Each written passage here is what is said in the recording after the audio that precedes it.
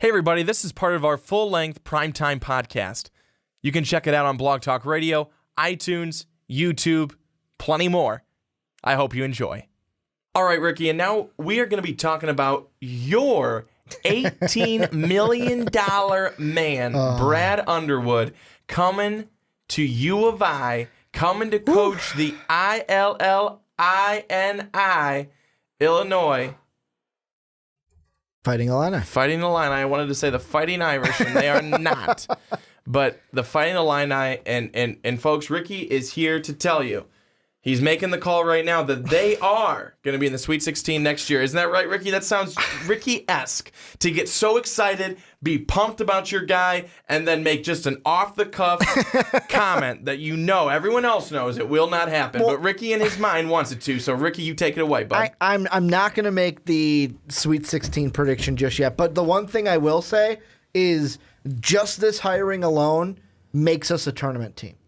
Makes us a tournament team just based off of what Brad Underwood has done his entire career. 3 years at Stephen F. Austin, round of 32, round of 64, round of 32. His first year at Oklahoma State this year, a 20-win team that also was the number one offensive efficiency ranked team this year, round of 64. He is a guy who knows how to get, he's been to the second round twice. He almost got there a third time this year if he didn't run into my magical team in the Michigan Wolverines. But this is the move that when it first came out, I was kind of like, okay, how should I feel about this? It was one of those things where I never have optimism when it comes to moves for the Illini, because it's one of those things where if I get optimistic about it, it usually doesn't come to fruition. And then I'm usually just very sad when it doesn't. So I was very like, how do I feel about this? And then I started to think about it. I'm like, okay, this is a guy that all he's done is go to the tournament. He's had 0 seasons where he's been under 20 wins. His lowest was 20 wins this year, and he went 9-9 in the Big 12 conference. And I look at it and I go, I can get behind this guy. I can get behind it, especially seeing that offensive efficiency of number one for Oklahoma State, because I've been watching a team that offensively, it's kind of like I've sat there and gone, okay, we have the ball. Okay, what are we doing? Okay, this isn't exciting. We are going to be, Illinois fans, we are going to be excited. We're going to actually win games now, I believe. And I think this it's the perfect storm for Illinois because we get a coach who knows how to win. Then you look at our recruiting class right now ranked, I want to say 11th on 24/7 sports.com. Yeah, nationally ranked 11th. We're the number one class in the Big Ten. We're bringing in a power forward in Jeremiah Tillman out of the East St. Louis area. We're bringing in 2 point guards in Trent Frazier and DeMonte Williams from Peoria, Illinois, and West Palm Beach, Florida. And then we're also bringing in Javon Pickett, the shooting guard from Bellevue, Illinois. So we're bringing in some Illinois talent and a Florida guy. And really the only pieces we're losing, point guard Jalen Tate, center Maverick Morgan, and our senior leader, Malcolm Hill. That is it. We still have JCL. We still have Aaron Jordan. We still have LaRon Black. We still have Michael Finke.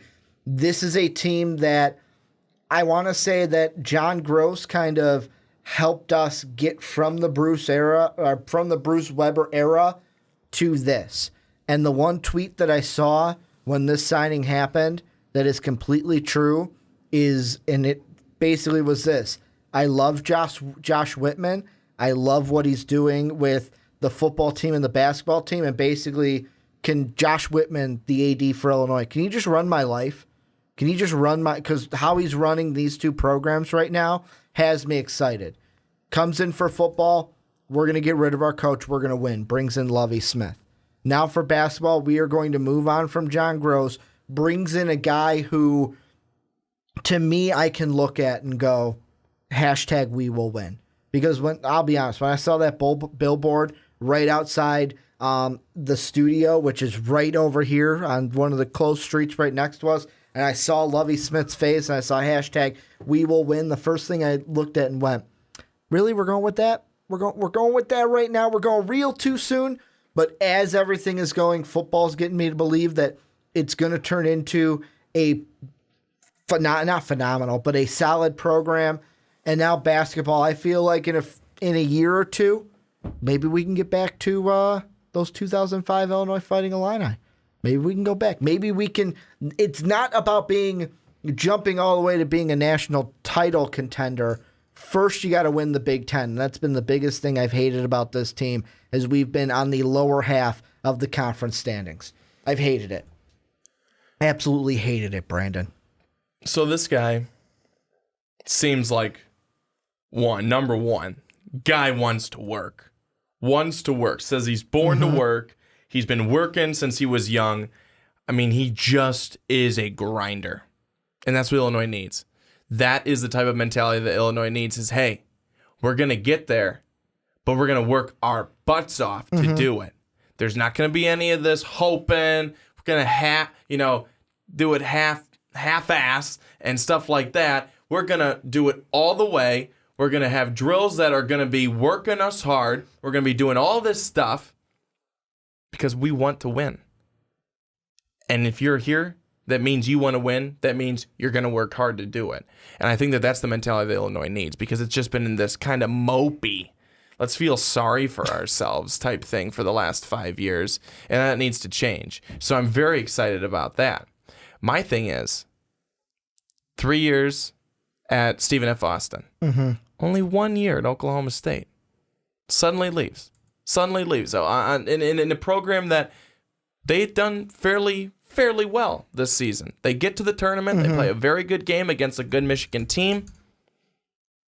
I mean, there's rumors out there of why he left, but 1 year. He says he's committed, though. He says at Illinois now, he says he's a lifer.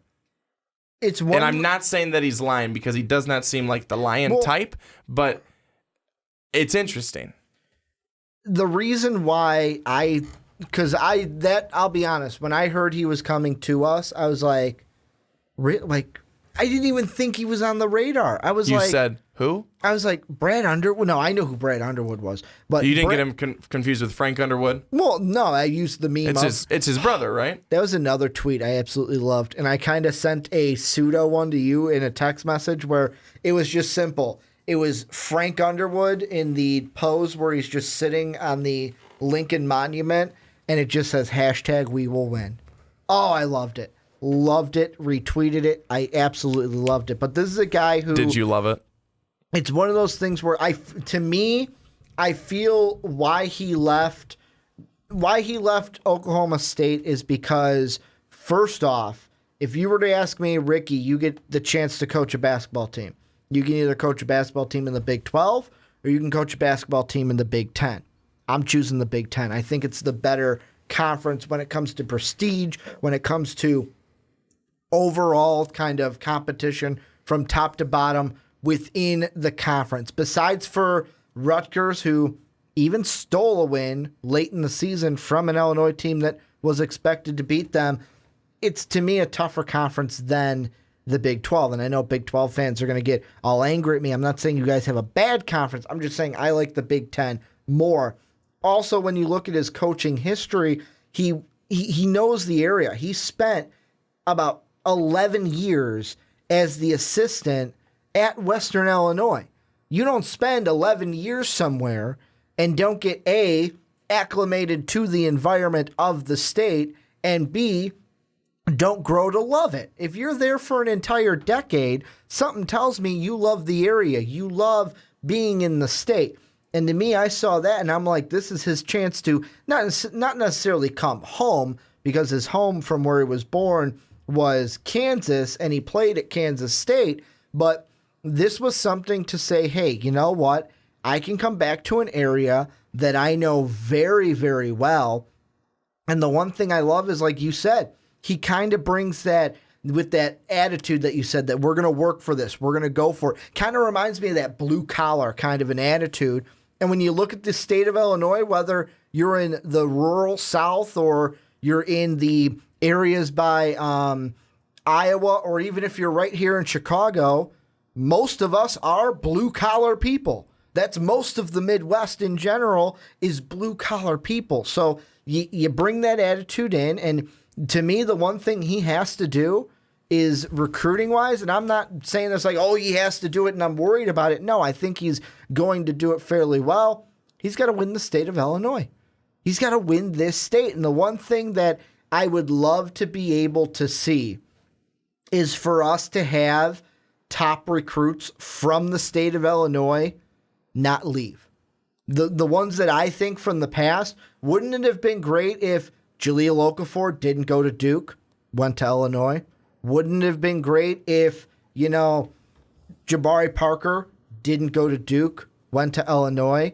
Wouldn't it have been great if, at the time, I know looking retrospect, you didn't have the exact career we wanted to, but wouldn't it have been exciting to see Cliff Alexander actually put on the Illinois hat and not say, oh, I picked up the wrong hat. Guess I got to pick up this Jayhawk hat.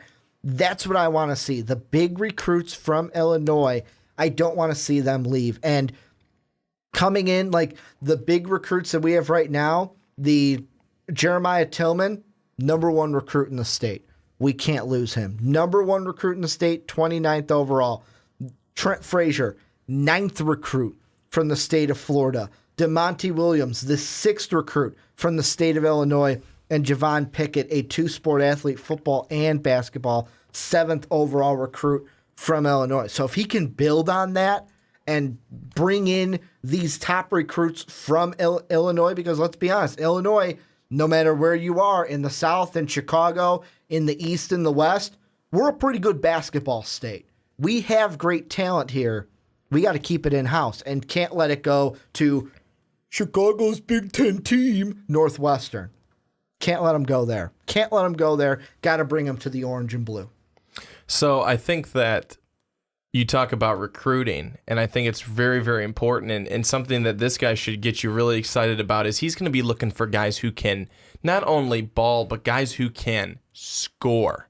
Offense. Because he's around, and he's had programs that offensively are pretty darn good, especially with this last one, Oklahoma State. I mean, they scored 85.7 points per game. The guy knows how to find offense. And so I definitely think that he's going to be looking for guys who are going to be able to score, because that's going to be a huge thing for Illinois. How does he win over Illinois, Ricky? That's the question that you had asked. Mm-hmm.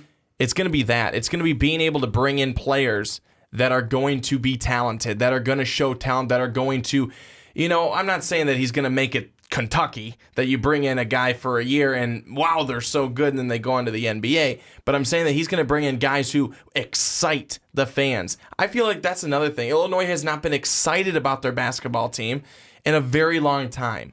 A very long time. And I think that he's going to change that with his recruiting. He's going to bring in guys that are going to be exciting players. Mm-hmm.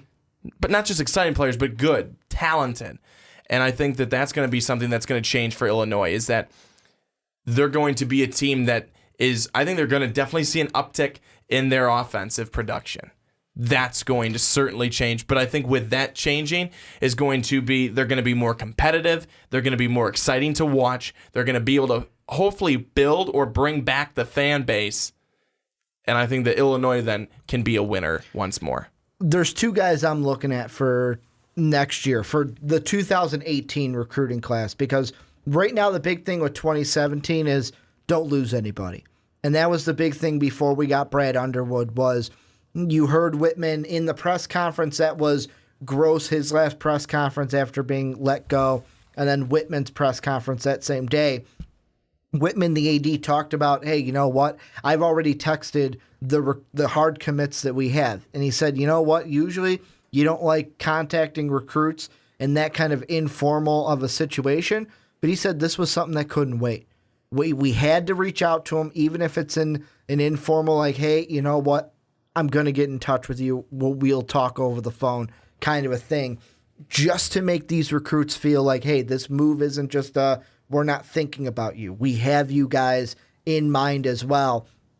Keeping these recruits that I've talked about, but I see two guys in the state of Illinois, top 2 recruits as of right now in 2018, one of which I feel like we should be able to grab just because we have his brother on the team in Tim Finke. We have his brother already on the team. We should be able to grab him. He is the number 2 overall recruit from the state of Illinois. But I'm also looking at a guy in Brandon. He is right here in our backyards. If we wanted to go to one of his games next year, we could easily go to his game. He is a stone's throw away from our studios here at MVP. And that's, I'm going to screw up this name, by the way, so I apologize. First off is Io Dosamu,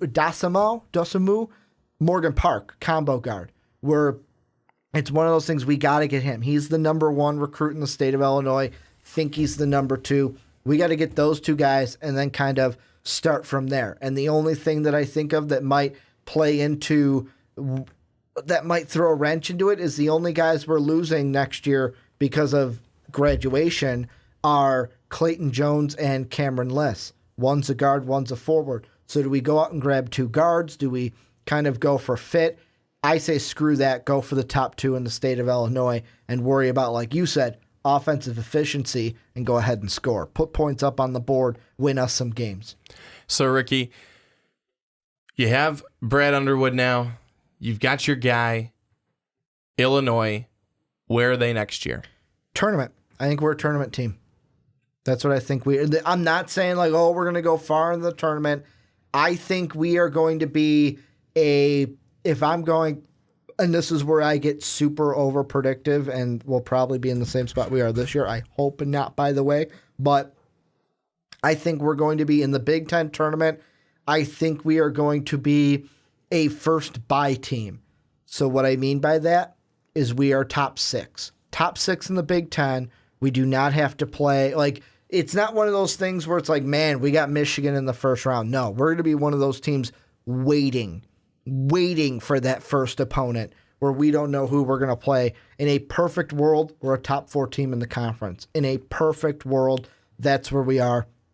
I think we're top 6, though. I think we're a tournament team. I think we are definitely a tournament team. And the way you can kind of flip it is, I know Indiana wasn't a tournament team this year, but Indiana is going to be on the downcline to me. Illinois is going to be on the upcline. And we're just going to switch and hopefully be able to overtake and be competitive with those tough teams like Northwestern, who is starting to get better, like Purdue, like Maryland, like Michigan State.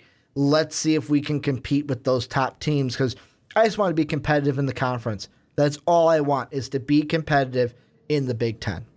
And I think that if Underwood's style is able to get these guys going, which I definitely think it will, with his style of work hard and just grind, I think that Illinois certainly can be a tough team to play next year. And I think they definitely have a good opportunity to have a nice run in the Big Ten tournament, and then you just never know where they could go from there. I hope we can make a big run, because this to me is the kind of move where it kind of says, are we going to go with that hashtag we will win, or are we just going to hire another coach and be mediocre? Because that's like with John Gross, that's what it was we were just mediocre. We were right there in the middle, and I didn't like a second of it. And well, I'm going to lie. At the beginning I liked it because... You're going to lie? Well, it's one of those things. At the beginning, I liked it because we were a good team, because we made the tournament. But then I realized, once we lost the Bruce Weber recruits, and it was all John Gross recruits, there wasn't much going. Plus, Darius Paul, no longer in an Illinois uniform. Kendrick Nunn, no longer in an Illinois uniform. Guys weren't staying. And this wasn't because of them choosing to leave, but they just gotten drama problems. Like, look at LaRon Black was one of them that, hey, I believe he had the off-court. Now he's back with us. But Darius Paul, for sure, of course, had an off-the-court issue. Why he's not there? Kendrick Nunn, same kind of a deal. So if we can limit those, get those recruits in, win the state of Illinois, Illinois basketball could be on the upcline this year for the NCAA tournament. I think book it. We're going to be in it next year. But Brandon, that is going to do it here for the Primetime Podcast. But before I hit these nice ladies and gentlemen with everything that we usually do to close out this podcast, it is time for us to do what we usually do here on the Primetime Podcast, and it is time for Swanee's final thoughts. Well, Ricky, you know, a lot has happened over this past weekend. You know, Thursday, Friday, Saturday, Sunday, and it's called March Madness.